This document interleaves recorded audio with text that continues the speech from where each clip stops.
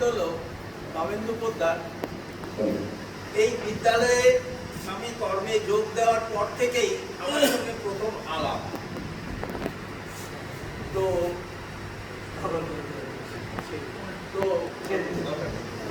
আমার গলার আওয়াজ শোনা যাচ্ছে? তো প্রথম আলাপ এখানেই। সৌভাগ্যবশত আমি একটা জিনিস উল্লেখ করি, যে কারণে আমরা মনে হয় এখানে অনেকেই, আমরা না হলেও আমাদের পূর্বপুরুষরা একটা অন্য জায়গা থেকে এখানে এসে বসতি স্থাপন করেছে। মনে হয় এরকম লোকের সংখ্যায় বোধ হয় সব থেকে বেশি। তো সেখানে পূর্ব জায়গায় যেখানে আমরা বসতি ছিল একেবারে পাশাপাশি গ্রাম, কিন্তু পরিচয় ছিল না। চাকদায় বসবাস করেছি, একই বিদ্যালয়ের ছাত্র, পরিচয় ছিল না।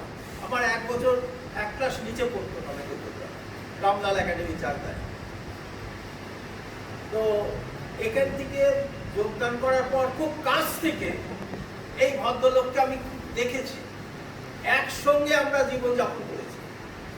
এনার কথাগুলি সব আমি একটু কানে কম শুনি, সব হয়তো কানে যায়নি। আমার মনে হয়েছে এনার বায়োগ্রাফির যিনি ওটা উল্লেখ করেন তার ভেতরে হয়তো কিছু একটা খেদের সুর হয়তো প্রকাশিত হয়েছে। আমি বলবো না, এটা খেদ নয়।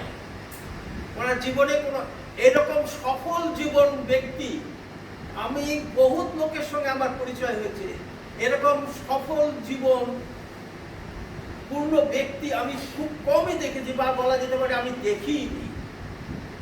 কি রাজনৈতিক জীবন, আমার জীবনও রাজনৈতিক জীবন কেটেছে, সামাজিক জীবন কেটেছে, পারিবারিক জীবন কেটেছে, তারপরে বিদ্যালয়ের শিক্ষকের জীবন কেটেছে।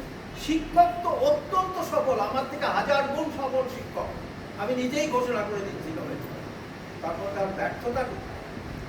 আমি জীবনটাকে, আমার জীবন দর্শন একটু অন্যরকম।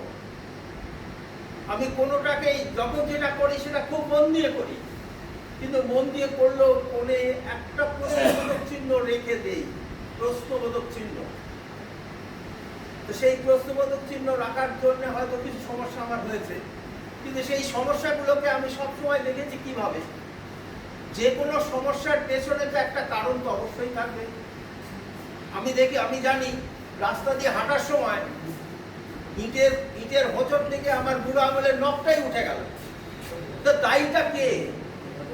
রাস্তা দায়ী, না আমার ইটের টুকরো দায়ী, না আমি দায়ী? আমি মনে করি ওটা আমি দায়ী।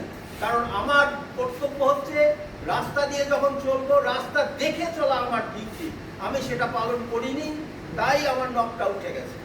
এইরকম ভুল অনেকের হয়। অনেক সময় কাদায় লাফ দিয়ে পার হতে গেলাম, কিন্তু কাদাটা লাফ দিয়ে পার হতে পারলাম না, কাদাটা ছিটকে জামায় লেগে গেল।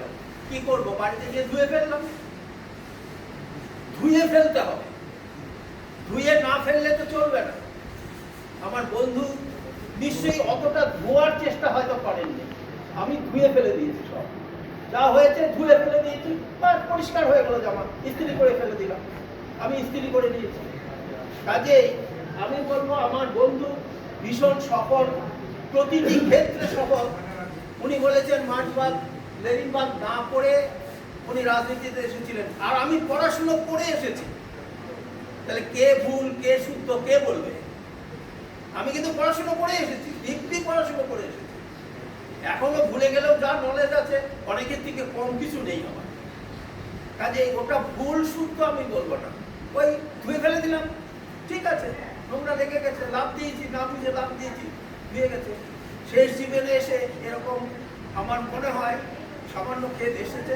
আমার মনে হয় এটা তার সফল লাইফ। এটার থেকে ওনাকে বেরিয়ে আসতে আমি অনুরোধ করব।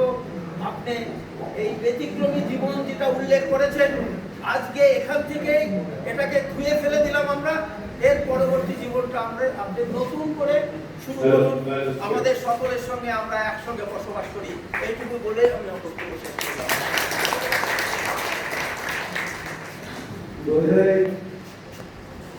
সুশীল স্যার আমাদের দিতে পারবেন,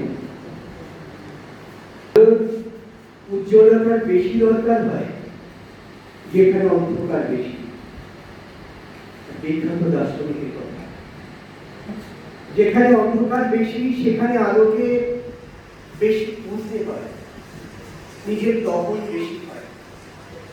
আবার মনে হয় আমাদের স্যার নবেন্দ্রনাথ মুখোপাধ্যায় ওই ভেতরের দখলটা বেশি করতেই হয়েছে অনেকগুলো অন্ধকারকে দূর করবার জন্য। এই বইটা আপনাদের হাতে এখন আমরা তুলে দিচ্ছি। বইটাতে কি কি যে আমি আরেকবার একটু উল্লেখ করছি, আপনারা সবাই বইটাতে পড়বেন, শুধু নিজের প্রয়োজনে নয়।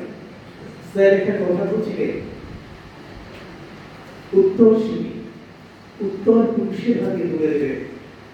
এর জন্য ডাক্তার হয়ে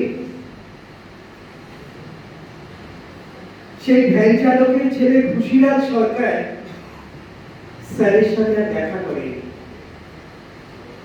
দেখা করেনি সেই মানিক বিশ্বাস বা মনোরঞ্জন বিশ্বাস কিছু যায় আসে না। ওনার কাজ আলো দেওয়া, উনি আলো দিয়ে গেছে। ক্ষোভের তো কোনো প্রশ্ন থাকতেই পারে না। এই বইটাতে আপনারা পাবেন সুবলবাবু আমাদের বিদ্যালয়ে ১৫ বছর চাকরি করে গেছে প্রধান শিক্ষকের ভূমিকায়। অথচ চাকদায় একটি বইয়ে উল্লেখ করা হয়েছে কিছুদিনের জন্য নাসরা স্কুলে এসেছিল। ওই ওপারে যেমন কেউ বলে থাকে নাসরাকে ও ন্যাসরা বলে তার শিল্পের অবহেলার সুরটাকে আমি শুনেছি, এবং আমি যেখানে যখন সুযোগ পেয়েছে তার তীব্র ডিপ ফর ক্যাট কিন্তু আমি দিতে ভুলি।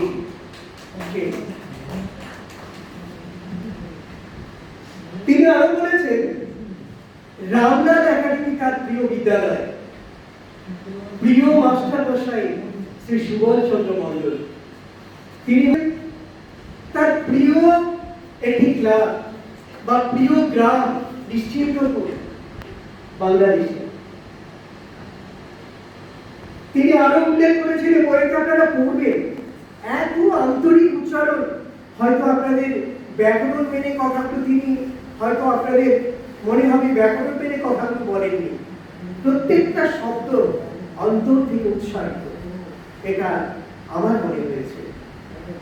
কোভিড-19 সময় অভয়ার জন্য যে কান্না, তিনি কিন্তু কেঁদে থেমে থাকেননি, সরাসরি আন্দোলনের প্রতিবাদ করেছেন। শুধু তাই নয়, কোভিডের সময় মানুষের পাশে দাঁড়িয়েছে যতটা সম্ভব। অভয়ের কান্নার সময় যখন তিনি প্রতিবাদ করেছেন, তার এখনো সেই কান্না অনুরণন তার হৃদয়ে আমরা শুনতে পাই। তার কথার মধ্যে দেখবেন এগুলো পাবেন। একটা কথা ইতিমধ্যে বলেছে, আমি শিক্ষক হতে শিক্ষকতা চাকরি করি পড়ানোর জন্য, তবে কি জন্য? ছেলে মেয়েদের মনে মানবতা বোধ জাগিয়ে দেয়। আসলে কাজটা ওটাই। একজন শিল্পী বলেন না যে একটা পাথর থেকে তিনি কি বানিয়ে ফেলেছেন? একটা মূর্তি বানিয়ে ফেলেছেন। লোকে বলছে আর এটা কিভাবে বানালেন? বলছে এটা সৌন্দর্য ইতিমধ্যে এটার মধ্যে ছিল, আমি শুধু বাড়তি পাথরটুকু ছেড়ে বাদ দিয়ে দিয়েছি। আমার মনে হয় একজন শিক্ষকের কাজ সেটাই করে গেছে নবেন্দ্র স্যার। তিনি আরো বলেছেন, আমরা কেন মিথ্যে বলি? দেখবেন মনোবিজ্ঞানের কথা তিনি আলোচনা করেছেন, খুব ছোট ছোট ৩-৪ লাইনে পড়ে দেখবেন যে কেন আমরা মিথ্যে বলি। একটা মিথ্যের জন্য কতক্ষণ মিথ্যে বানাতে হয়? কোনো আপদ থেকে বাঁচতে, বিপদ থেকে বাঁচতে, আপাত কোনো সংকট থেকে বাঁচতে, বা কারোর কাছে ভালো হতে, কিন্তু শেষ পর্যন্ত সত্যের হাত থেকে আমরা বাঁচতে পারি না। এটা বই পড়ে আপনারা জানতে পারবেন।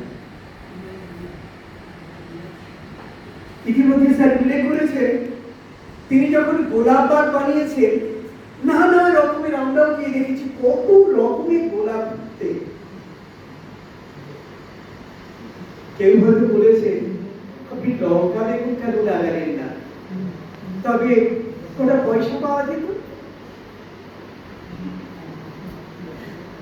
উঠে আপনারা জানেন উটকে যখন প্রস্তুত করা হয়, এত গাছ থাকতে তুমি কাঁটা খাও কেন? উট বলেছিল ওটা জীবন যে তৃপ্তি সেটা আমি আর কোথাও পাই না। আমার মনে হয় নভেম্বর স্যারে সে পরম তৃপ্তি সারা জীবনে এই নিজেকে দখল করে যে কাজগুলো তিনি করে গেছেন। তারপর শেষ কথাটা এইটুকু বলল, লেখাপড়া হলো আপনার সন্তানদের এই কথাটা বলবেন। নভেম্বর স্যার বলেছেন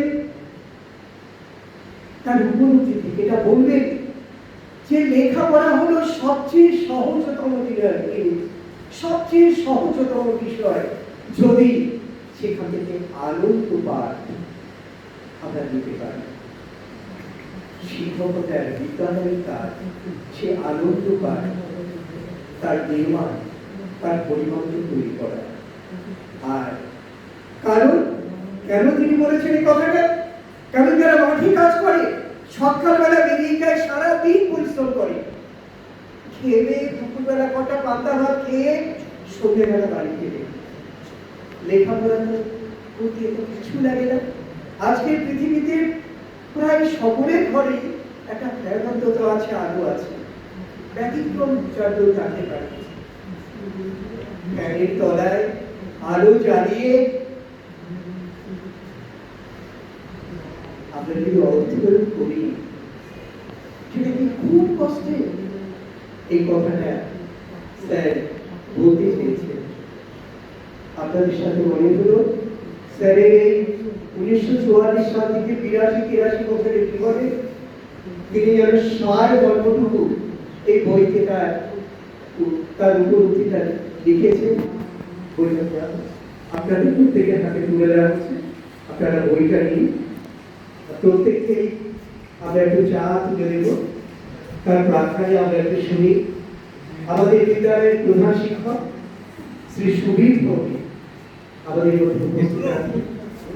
তার কাছ থেকে আমরা আজকে এই অনুষ্ঠানে